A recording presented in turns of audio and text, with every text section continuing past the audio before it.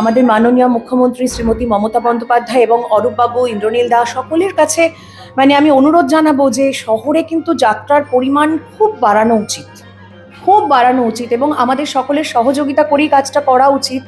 কারণ আমি দেখতে পাচ্ছি কিন্তু শহরে ভীষণ ভালো রেসপন্স, যে যা রিভিউ দেবে নিত অবশ্যই তা দেখার জন্য বেঙ্গল স্কুপকে কিন্তু সাবস্ক্রাইব করতে হবে এবং দেখতে হবে এই ভিডিওটি। অবশ্যই আপনাদেরকে দেখতে হবে বেঙ্গল স্কুপ, তার সঙ্গে সঙ্গে অকাল বোধনের বাজনা। আর পরবর্তী পালার খবরও কিন্তু চলে এসছে, সেই খবরটা নিয়ে নি কি পরের বছর 1433-এর পালার খবর। 1433 আমি মানুষের মধ্যে যে উন্মাদনা, প্রতিটি ডায়লগের সঙ্গে রিয়াকশনটা, এটাও আমার কাছে খুব ভালো লাগলো আজকের এই পালা দেখে।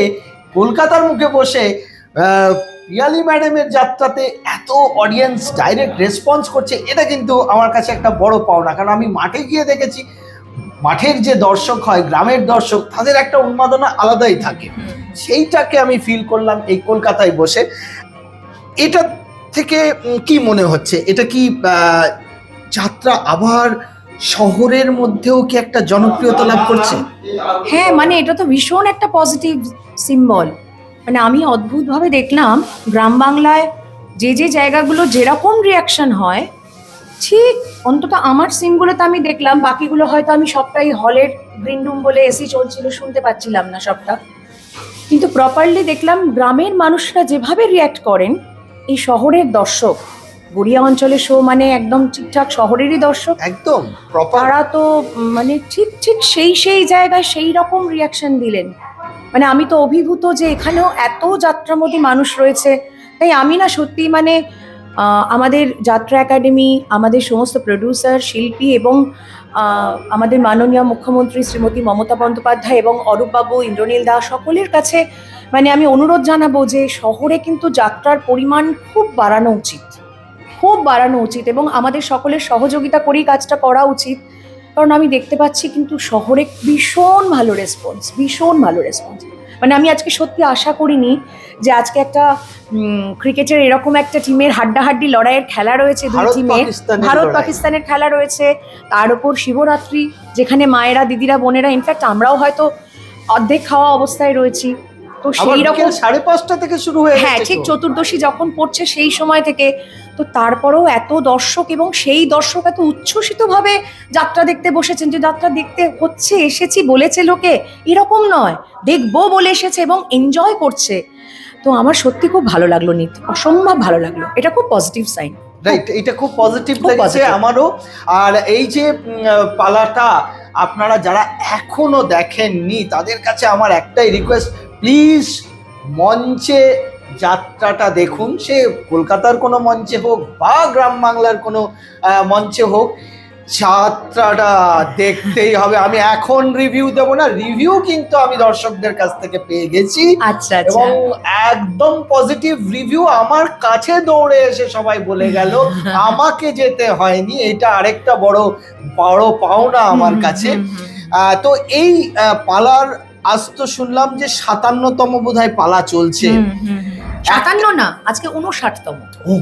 আমি তাহলে আজকে 59 পালা। এবং এই পালাটা অবশ্যই দেখুন। একটা অসাধারণ একটা স্টোরি লাইন, যে স্টোরি লাইনে সম্পূর্ণভাবে সবার চরিত্রগুলো খুব ভালো ফুটে উঠেছে।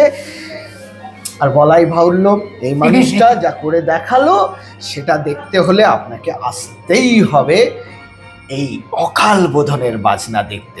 আমি প্রতিটি আর্টিস্টের সঙ্গে আলাপ করিয়ে উঠতে পারলাম না, তার কারণ সবারই একটু ব্যস্ততা ছিল। আজ শিবরাত্রি, ম্যাডাম আলাপ করিয়ে দেবেন। আমরা আবার আরেকটি কোনো প্যান্ডেলে গিয়ে হাজির হব। সেটা কোনো মাঠে যাব, এটা সরকারি শো বলে একটা নির্দিষ্ট সময় থাকে হল বন্ধে। তো আজকে তাড়াহুড়ো রইল। তবে যে যা রিভিউ দেবে নিত অবশ্যই তা দেখার জন্য বেঙ্গল স্কুপকে কিন্তু সাবস্ক্রাইব করতে হবে এবং দেখতে হবে এই ভিডিওটি।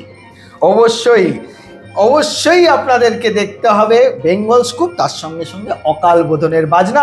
আর পরবর্তী পালার খবরও কিন্তু চলে এসছে, সেই খবরটা নিয়ে নি কি পরের বছর 1433-এর পালার খবর। 1433-এ আমি এই দলেই আছি, শ্রীমতী শ্রাবণী দাস এবং তাপস দাসের দল, দেবাঞ্জলি অপেরা। এবং আমার আগামী পালার নাম হচ্ছে মঞ্জিলদার লেখা, মঞ্জিল ব্যানার্জি, আজ লক্ষ্মী এলো ঘরে। আহা, এক অসাধারণ পালা হতে চলেছে, বোঝাই যাচ্ছে। জুটি সেম, মঞ্জিল ব্যানার্জি, পিয়ালি বসু, এবং সাথে অবশ্যই থাকছে জোসেফ রাজ।